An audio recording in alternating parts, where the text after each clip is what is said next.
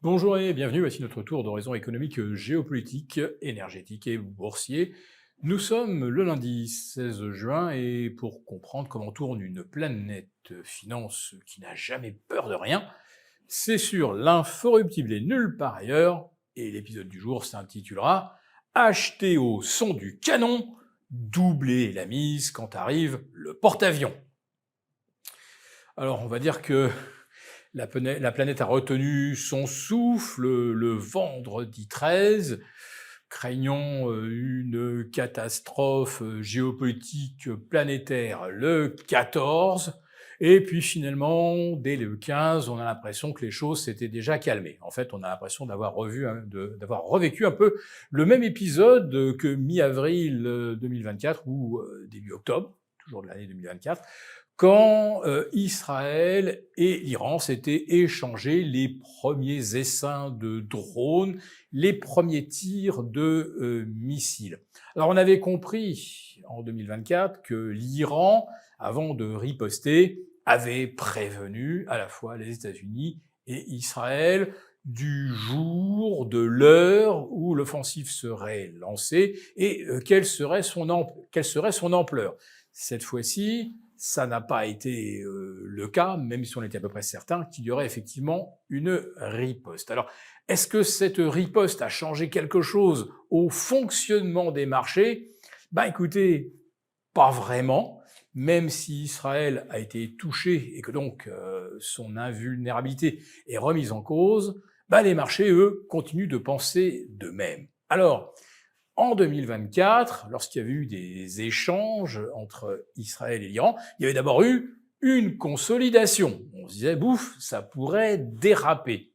Et puis là, on se dit que jamais 203, ça sera à nouveau un simulacre. Alors bon, il y aura peut-être effectivement un peu plus de bruit et de fureur, mais globalement, ça ne va pas bouleverser la planète. Alors, ça aurait quand même pu être le cas si, par exemple, les installations pétrolières ou gazières iraniennes avaient été ciblées, que les ports pétroliers ou méthaniers avaient été détruits en Iran. Or, il semblerait que s'il y a eu peut-être quelques atteintes matérielles, il n'y a pas eu de destruction. Si ça avait été le cas, on aurait vu dès dimanche le prix du gaz et du pétrole flamber, bien au-delà de 78 dollars sur le Brent et 74 sur le WTI. Là, oui, on va dire que la planète finance se serait fait un petit peu peur. Un baril de pétrole, au-delà de 75,5 sur le Brent, au-delà de 72 sur le WTI, ça veut dire que l'on sort d'une tendance baissière qui dure depuis maintenant presque 3 ans. Oui, ça serait véritablement un game changer, et ce game changer n'a donc pas eu lieu. Alors comme les prix du pétrole sont restés relativement stables malgré les échanges meurtriers du week-end, le marché, lui, considère qu'il n'y a pas pour l'instant de remise en cause de sa tendance haussière. Et c'est encore moins le cas à 4 jours maintenant de la séance des 4 sorcières qui clôturera le second trimestre 2025 et qui est placée une nouvelle fois sous le signe de la hausse. Et quand je vous parlais dans le titre d'acheter au son du canon et de doubler lorsqu'arrivent les porte-avions, vous avez donc bien compris que cette fois-ci, même avec l'imminence d'une guerre, il n'y a même pas eu de consolidation comme ça avait été le cas en avril ou en octobre dernier, quand on se disait, ouf, ça pourrait déraper. Cette fois-ci, on n'attend même pas que la guerre commence pour acheter.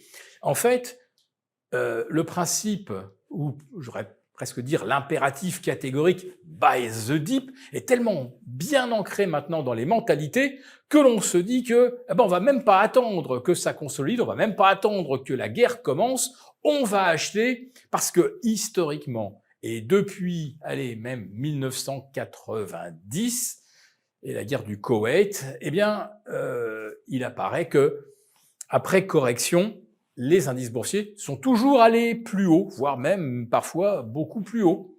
Donc, cette fois-ci, il n'y a même pas de consolidation et on espère évidemment que ça ira plus haut pour finir le trimestre ce vendredi au plus haut. Voilà comment résonnent les marchés. Et pourtant sur le fond, on reste avec les mêmes problèmes. L'endettement des États-Unis qui dépasse les 37 000 milliards, la France qui se prépare à une cure d'austérité. Alors on parle maintenant de raccourcir de moitié la durée d'indemnisation du chômage, extrêmement mauvais signal, car si vous pensez qu'en cas de licenciement, vous ne toucherez plus que 3 mois ou 4 mois d'indemnisation, il est évident que vous ne ferez plus aucune dépense, sauf si vous êtes absolument certain de garder votre poste quoi qu'il arrive. Mais si vous pensez que vous êtes à risque, qu'est-ce que vous allez faire? Eh bien, vous allez, 1, épargner davantage et dépenser moins, et 2, vous ne ferez pas d'enfants, naturellement. Or, aujourd'hui, nos démocraties sont menacées par un déficit de natalité, un déficit démographique, dont on voit déjà, dont on connaît bien les conséquences avec le Japon, et plusieurs décennies perdues, et la Chine est également sous la menace d'un scénario identique, mais avec une échelle bien supérieure à celle du Japon à l'époque, et là, il n'y a pas grand-chose à faire pour rétablir la démographie. Il faut que les gens aient confiance en l'avenir.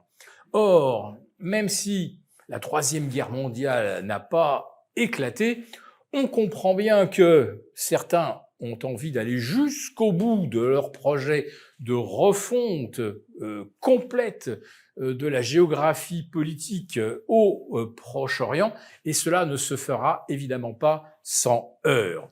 Et le problème de la dette américaine ne va pas se résoudre avec des guerres. Les problèmes de hausse des prix suscités par la hausse des tarifs douaniers, ça ne va pas se résoudre non plus en mettant des tarifs à seulement 10%. Or, on comprend que ça sera probablement plus pour la Chine et des pays asiatiques. Donc, les marchés ont grimpé jusqu'au début des guerres avec des vents contraires qui soufflaient extrêmement fort. Et aujourd'hui, le ressort psychologique qui consiste à acheter au son du canon est renforcé quand on voit arriver des porte-avions tels le Nimitz qui se rapprochent effectivement de la zone d'un potentiel conflit à grande échelle au Proche-Orient. On comprend bien que là, les marchés ont adopté un fonctionnement qui, pour employer une terminologie un petit peu triviale, c'est quand même assez casse-gueule. Pour vous remercier de votre fidélité, vous pouvez télécharger gratuitement, en cliquant le lien ci-dessous, mon rapport spécial vous expliquant comment réduire légalement les impôts sur vos plus-values boursières. Merci et à bientôt. Merci beaucoup d'avoir regardé cette vidéo. N'hésitez pas à réagir dans les commentaires ou à liker et partager cette vidéo si le contenu vous a plu. Et pour ne rater aucune de nos prochaines émissions, vous pouvez vous abonner à notre chaîne et activer les notifications. Et pour plus de contenu, n'oubliez pas que le dernier rapport rédigé par nos experts est accessible en cliquant sur le lien de description. On se retrouve tout de suite dans les commentaires et je vous dis à très bientôt pour une prochaine vidéo.